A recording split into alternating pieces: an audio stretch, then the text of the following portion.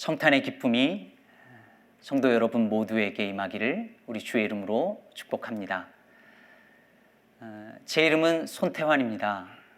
혹시 모르는 분들 계실까 봐. 클 때 빛날 환입니다. 크게 빛난다는 뜻이죠.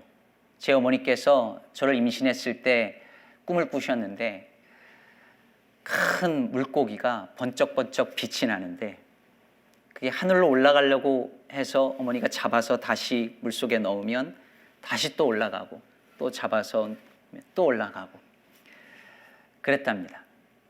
그래서 그런지 제 이름이 클때 빛날 환인데요. 아마도 저희 부모님께서 저를 향하여서 크고 빛나는 사람이 되기를 원하는 그런 바람이 있으셨겠죠. 근데 저는 제 이름을 가지고 그렇게 크고 빛나는 사람이 되고 싶은 마음이 별로 없습니다. 사실 예전에 있었어요. 그런데 좀 철이 들어서 그런지 그런 마음이 이제는 별로 없습니다. 그러나 그냥 목사라서 하는 말이 아니라 정말 제가 한 가지 바라는 것이 있다면 저를 통해서 우리 주 예수님의 이름이 크고 빛났으면 좋겠습니다. 정말 그것이 저의 바람입니다. 그것이 제 이름 속에 담겨져 있는 진짜 의미였으면 좋겠습니다. 여러분, 그러면 예수님, 이 예수라는 이름에 담긴 그 의미는 무엇일까요? 그럼 오늘 말씀 21절을 한번 보시죠. 21절 보면 천사가 요셉에게 나타나서 이렇게 말합니다. 아들을 낳으리니 이름을 예수라 하라. 이 이름을 천사가 직접 지었을 리는 없고 하나님께서 지어주셨겠지요. 그러면 이 이름, 예수라는 이름의 뜻은 무엇일까요? 21절에 나오죠. 후반부에 나옵니다. 이는 그가 자기 백성을 그들의 죄에서 구원할 자이심이라. 예수라는 말은 히브리 말로 예수아인데요. 우리가 잘 아는 여호수아가 예수아죠. 그리고 이 말의 뜻은 구원하다는 뜻입니다. 예수님은 그 이름대로 세상에 있는 사람들을 구원하러 오셨죠. 죄악 속에, 고통과 아픔 속에 있는 이들을 구원하러 오신 겁니다. 그래서 우리는 예수님을 우리의 구원자 혹은 구세주라고 부르죠. 실제로 예수님이 태어날 당시에 이스라엘 사람들은 고통 속에 있었습니다. 신음하고 있었습니다. 누군가 구원자가 와서 자기들을 이 로마의 압제로부터 구원해 줄 그것을 기대하며 살고 있었습니다. 저 로마의 권력을 깨부수고 자기들을 구원할 세이비어를 기다리고 또 기다렸습니다. 그런데 그 구세주가 왔다는 거예요. 마침내 그들을 구원할 세이비어가 왔다는 말입니다. 그런데 오기는 왔는데 어린 아기입니다.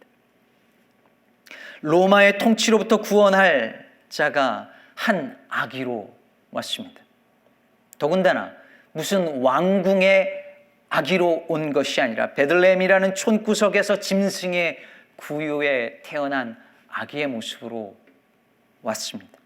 그 아기가 어떻게 백성들을 구원할 수 있다는 말일까요? 아기가 도대체 무엇을 할 수 있다는 말일까요? 김기택이라는 시인이 아기를 보며 이런 시를 썼습니다. 아기는 있는 힘을 다하여 잔다. 부드럽고 기름진 잠을 한순간도 흘리지 않는다. 저처럼 깊이 빨아들인다. 어둠 속에서 수액을 퍼올리는 뿌리와 같이 잠은 고요하지만 있는 힘을 다하여 움직인다. 여러분, 아기가 있는 힘을 다하여 할 수 있는 건 잠을 자거나 울거나 꼼을 대는 일밖에 없습니다. 그런 아기가 도대체 무엇을 할 수 있을까요? 그 아기를 보면서 정말 세상을 구원할 구세주라고 믿을 수 있을까요? 예수님의 탄생은 전혀 그래 보이지 않았습니다. 예수님의 이름은 분명히 구원자였지만 예수님의 탄생과 그리고 예수님의 살아가는 그 모습과 예수님의 심지어 죽음까지도 세상을 구원할 분처럼 보이지 않았습니다. 그런데 여러분, 실제로 우리는 예수님에 대해서 이렇게 느낄 때가 많습니다. 내가 이렇게 힘든데 예수님은 무엇을 하시는가? 예수님은 정말 나를 구원해 주는 분 맞는가? 우리 가정이 지금 이렇게 힘든데, 우리 가정이 이렇게 고통 속에 있는데 왜 예수님은 구해 주시지 않는가? 세상이 지금 이렇게 고통하며 신음하는데, 세상에 아직 전쟁이 끊어지지 않는데, 아직도 저 생떼 같은 아이들이 한 끼 먹을 그 양식이 없어서 수없이 죽어가는데 구원자라는 예수님은 도대체 무엇을 하고 있는가? 그분은 구원자가 맞는가? 우리는 질문하지 않을 수 없습니다.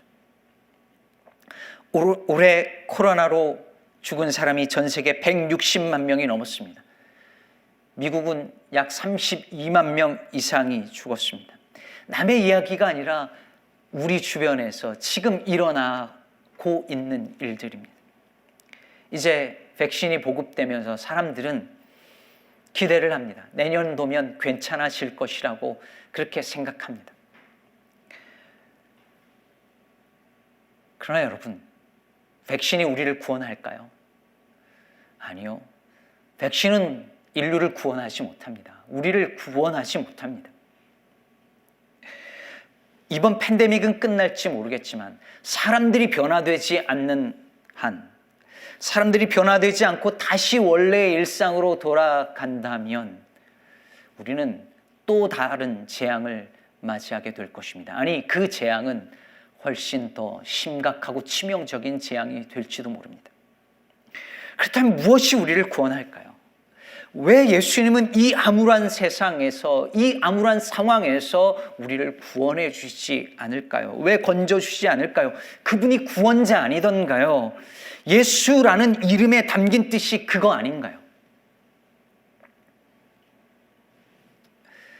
이런 질문을 던지는 우리에게 오늘 본문 23절에서 천사가 이렇게 말합니다. 보라, 처녀가 잉태하여 아들을 낳을 것이요 그의 이름은 임마누엘이라 하리라 하셨으니 이를 번역한즉 하나님이 우리와 함께 계시다 함이라.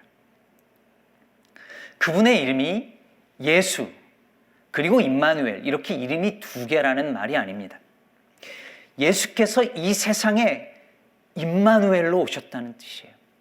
다시 말해 예수라는 이름은 구원자라는 뜻인데 그 구원자가 어떤 supernatural 파워를 가지고 온 것이 아니라, 어떤 부와 엄청난 권세로 온 것이 아니라 그 구원자가, 그 예수가 임마누엘, 즉 우리와 함께 계시는 하나님으로 오셨다는 말입니다. 우리를 구원하시기 위해서 하나님께서 선택하신 방법이 무엇이냐면 being with us, 하나님이 우리와 함께 하시는 것, 그것이 우리를 구원하시기 위한 하나님의 방법이었다라고 말하고 있습니다. 그럼 우리는 이 말에 너무 익숙해져서 이게 얼마나 어마어마한 말인지 우리는 다 깨닫지 못합니다. 브래넌 매닝이라고 하는 작가가 쓴 사자와 어린 양이라는 책에 보면 이분이 피츠버그의 한 교회에서 크리스마스 이브를 보낸 일화를 소개하고 있습니다. 아마 크리스마스 이브 행사를 하는 모양이었는데 밤 12시가 되자 이 빨랫감을 내려보내는 이 둥근 파이프를 이렇게 만들었나 봐요. 둥근 파이프 같은 통로를 통해서 아기 예수 상이, 그 인형이죠, 그게 파이프를 타고 쭉 내려오더니 강대상 앞에 있는 구유 속에 툭 하고 떨어지더랍니다. 그러더니 뒤쪽에서 이런 소리가 들려온 거예요. 자, 여러분, 예수님을 소개합니다.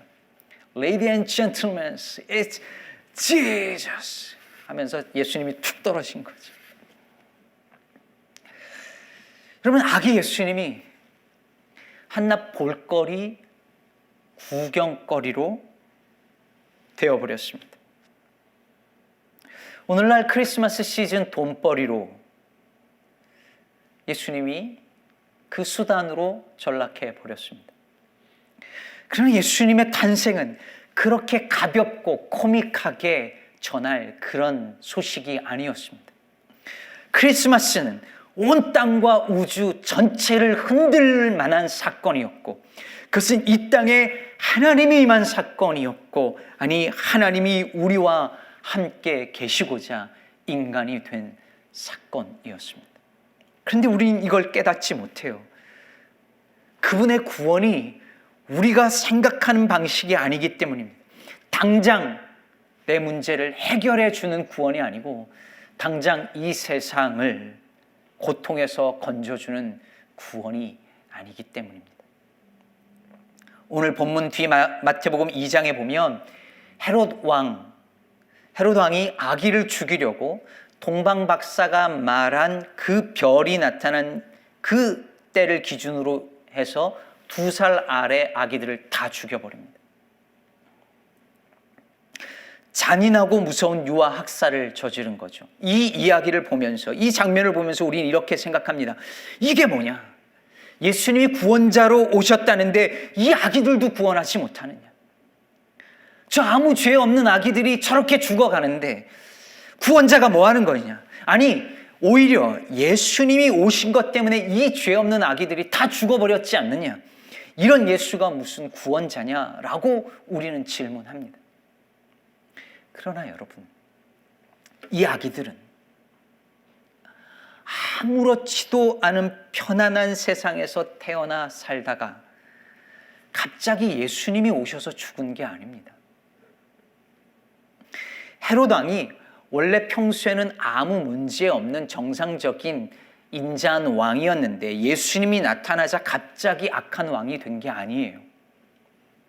헤롯은 자기의 왕권을 위해서라면 자기 아내, 세 아들, 장모, 처남까지 다 죽인 사람이었고 자기에게 방해가 된다면 모두 죽여버리는 악한 왕이었습니다.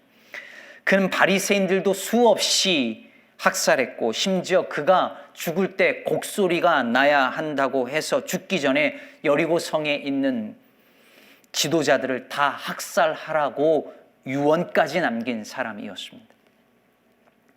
예수님이 오셔서 이런 잔인한 학살이 있었던 게 아니라 이런 학살이 난무하는 세상에 예수님이 오신 것입니다.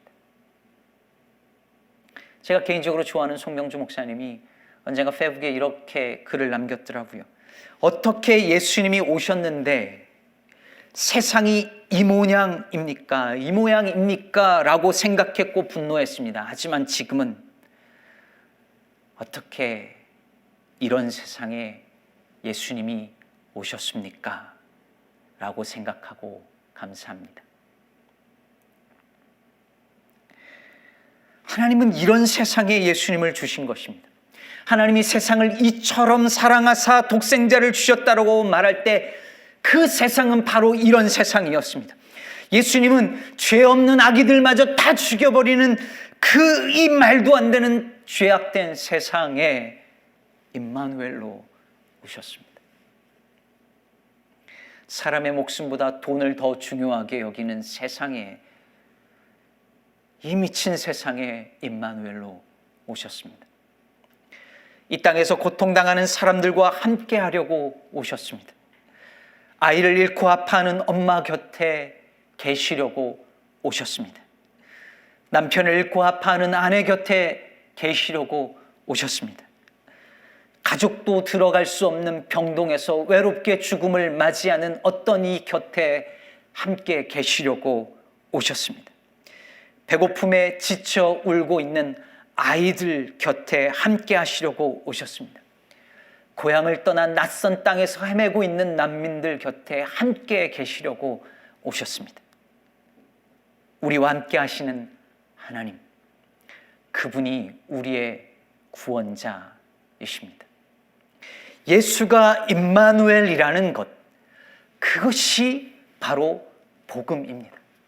여러분이 생각하는 구원은 무엇입니까? 하나님이 우리와 함께 계시는 것, 우리가 그 하나님과 함께 계시는 것, 그것이 곧 구원임을 사랑하는 여러분 믿으시기를 바랍니다. 어제 김 장로님의 장례식을 은혜 가운데 마쳤습니다. 장로님이 돌아가시기 1시간 전쯤 우리 김숙형 권사님께서 저에게 전화를 주셨습니다. 다급한 목소리로 그 병원에서 저에게 전화를 하셔서 지금 장로님께서 지금 돌아가실 것 같다고 전해주셨습니다. 그래서 제가 전화기를 붙들고 큰 목소리로 장로님을 위해서 임종기도를 드렸습니다. 아직 의식이 있는 상태이셨기 때문에 아마 제 기도를 들으셨을 거예요. 성도가 떠나는 그 상황에 목사가 돼서 그 임종의 순간에 그곳에 갈 수 없다는 게 미칠 것 같았습니다. 그래서 제 마음에 딱 한 가지, 기도를 드리면서 한 가지 그 바람이 있었습니다. 그것이 뭐냐면 장로님께서 그 순간을 두려워하지 않고 그 순간에도 하나님이 장로님과 함께 계시다는 것을 믿기를 바라는 그 기도였습니다.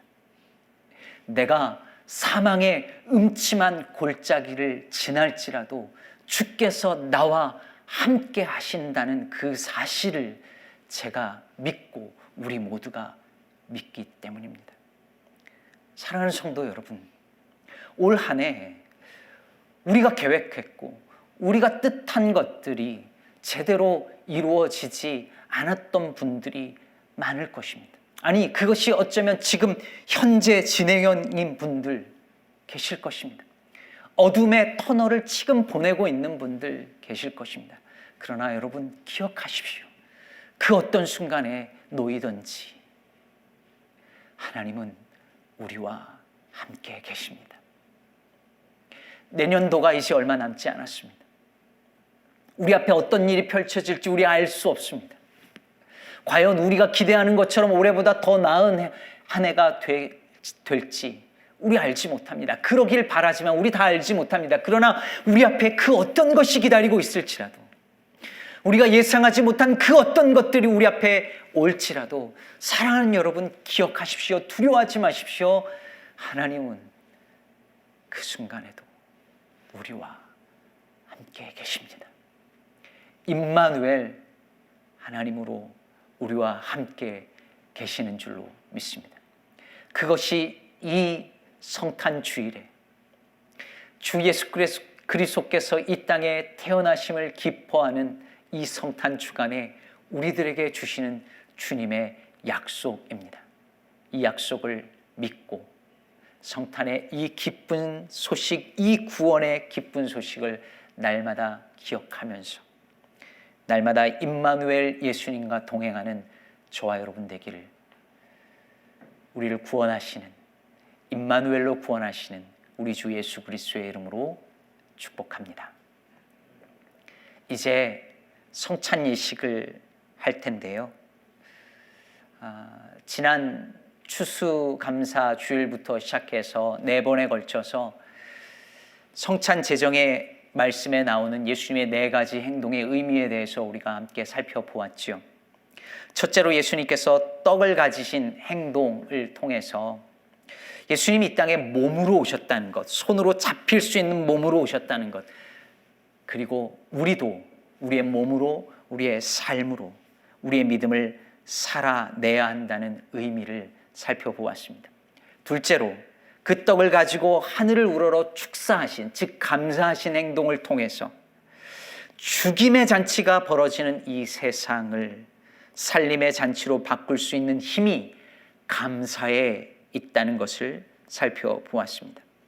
셋째로 그 떡을 떼신, 즉 그 빵을 찢으신 행동을 묵상하면서 예수께서 그 몸을 찢어 우리에게 주셨다는 것과 우리 역시 깨지고 상한 영혼들을 위하여서 마음을 찢고 떡을 떼는 공동체가 되어야 한다는 것을 우리가 함께 살폈습니다. 마지막으로 그 떡을 나누어 주신 행동을 통해서 인생은 오직 선물이며 그 선물은 나눌 때 남는다는 것을 우리 함께 살펴보았습니다. 오늘 이 성찬식은 하나님이 우리와 함께 계신다는 것에 대한 하나님의 약속이자 우리의 신앙 고백입니다. 오늘 그 의미를 생각하시면서 이 성찬에 임하시고 2000년 전 이 땅에 오신 예수님께서 이 식탁 가운데 임마누엘로 임하시기를 주의 이름으로 간구드립니다. 함께 기도하시겠습니다.